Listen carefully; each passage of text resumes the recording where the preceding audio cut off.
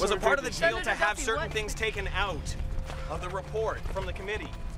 It was a Canadian first. 4 senators from 4 different provinces suspended on suspicion they'd padded expenses.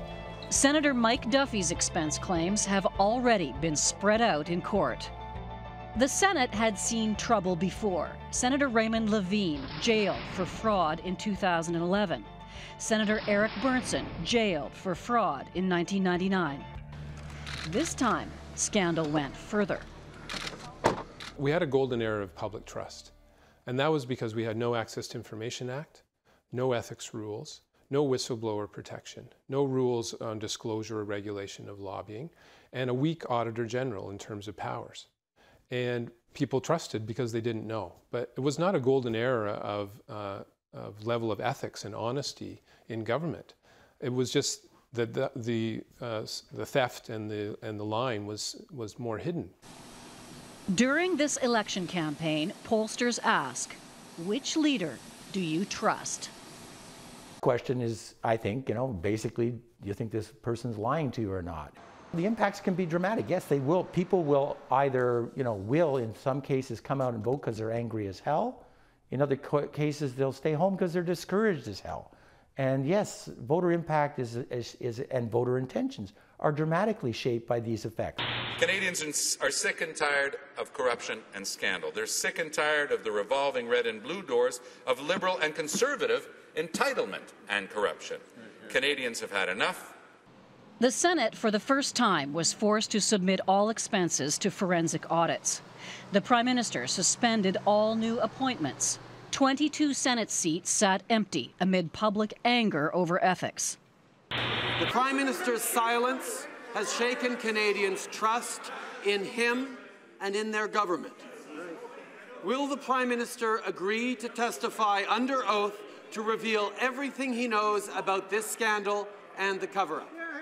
There has been a breach of public trust, claiming expenses to the tunes of hundreds of thousands of dollars that should never have been claimed, and there should be appropriate action taken to remove those senators from the public picture. I think people's ideas of the Senate are largely fixed. People see it as an anachronism, an expensive, slow-footed institution which serves the interests of the parties who are in power as a reward system. They don't think it provides anything close to its initial function, supposedly as a sober second voice. And most people would say the answer to this is pretty simple. We just shut it down.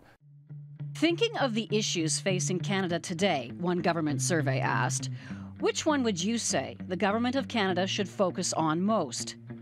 Rated higher than gas prices or the cost of living, rated higher than gas pipelines or social services, was government accountability and corruption and lack of honesty. Do they mean by trust a trust in terms of honesty or in terms of competency? And somehow or other there's this mixed message that comes from it. And if someone would say, hold it, are you saying that I'm a liar? No, I'm just saying that you may be incompetent, right? Trust in political parties has actually gone down to the point where lots of people say maybe we need to invent something new. The old model of a political party, which came to being in the 19th century, is just an anachronism that no longer works. I think they recognize that trust is a very important factor now in how people are making up their minds to vote. In 2005, Conservative leader Stephen Harper vowed to restore integrity in public life. It's my personal word as a taxpayer, as a father, and as a fellow citizen. I want to get this job done when my political career is over. I want to leave knowing that future governments will have to be more honest, more ethical, and more accountable. We've seen the polls go from 70% not trusting politicians up to 95%. 90% in a few different polls recently. So it is getting worse. I, Peter Panashwe, do solemnly swear. Peter Panashwe, Minister of Intergovernmental Affairs, resigned in 2011 over irregularities in campaign financing. Ultimately, I'm alleged to have donated too much money to myself. Dean Del Mastro, the Prime Minister's parliamentary secretary, resigned in 2014 for misreporting campaign financing. New Democrats were accused of misspending their parliamentary budgets. 2 Liberal MPs were thrown out of caucus over alleged sexual misconduct. These are specific allegations brought forward by 2 different MPs from another party. The feeling is that it's always been like this and it always will be like this. Is that true? Probably.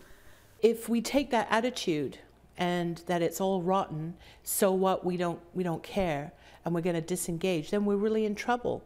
And I think we have to fight for our democracy. We have to fight for our parliament. Are we in trouble? I think we're on a slippery slope. Good afternoon, ladies and gentlemen. MPs were spared glaring scrutiny of their spending, but only because major parties agreed not to allow forensic audits. Auditor General Sheila Fraser in 2010 asked to see MPs' accounts. Ms. Fraser saw her job as being, or as encompassing all public spending, including members of Parliament.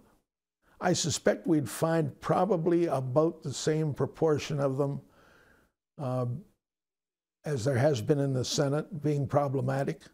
Parliament cost more than $500 million a year. Fraser was the same auditor who had exposed a fraud ring in the Department of Public Works. What would she find in the House of Commons? MPs declined a forensic audit of their own spending. There would be no investigation of the Commons. Why did MPs not agree to a full-scale audit of all MPs' expenses? I don't remember the exact instance at the time, but there was an audit done. It just wasn't every single MP. Why not? It was, well, I guess the board made a decision that it was adequate to ensure that there was an overview of what was going on. There are very strict rules in the House, and it is correct that you don't get a lump of money that you can just go out and spend. If you have legitimate expenditures under the rules of the House of Commons that you can claim for in terms of your expenses, then you can claim for them and they're either approved or disapproved. But why not let the Auditor General look at all MPs' expenses if you want to reinforce the idea that... Well, I guess you have to ask. Trust. I think you have to ask the question: is it necessary, or are you creating a regime of work that? I mean, you have to ask the question: is the oversight that exists adequate? And a decision was made that it was adequate, and that was the decision that was made. The MPs are still circling the wagons. They say the Auditor General has done an audit. The Auditor General has done an audit checking whether you have to present a receipt to get a check from the House. That's not an audit.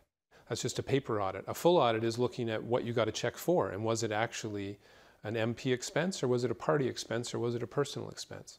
And that audit has yet to be done, and MPs are resisting. If Canadians no longer trusted politicians, suspicions spread to the bureaucracy itself.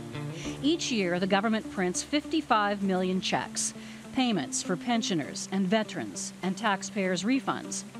It proposed to switch to direct deposit.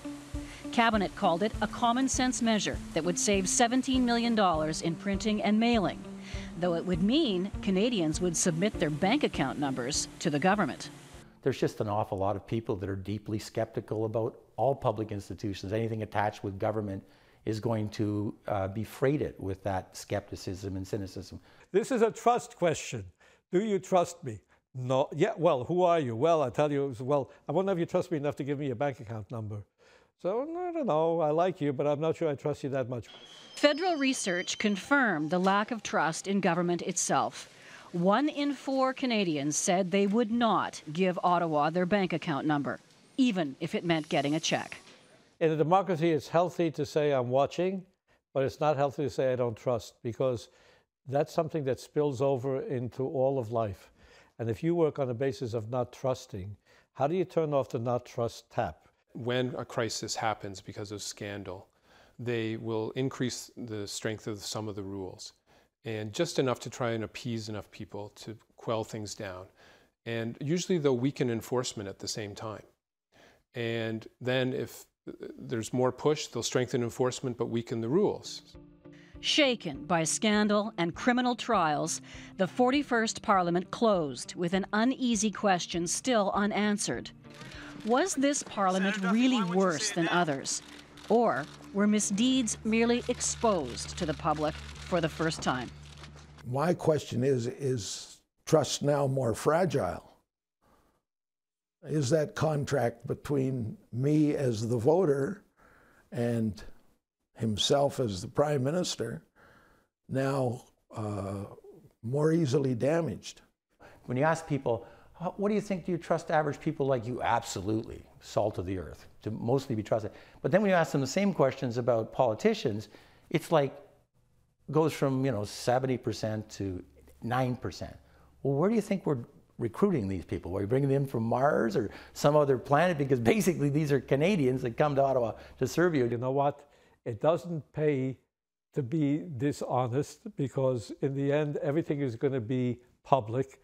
So let's just start off being dishonest, being honest for the wrong reasons. In the end, maybe they'll become honest for the right reasons.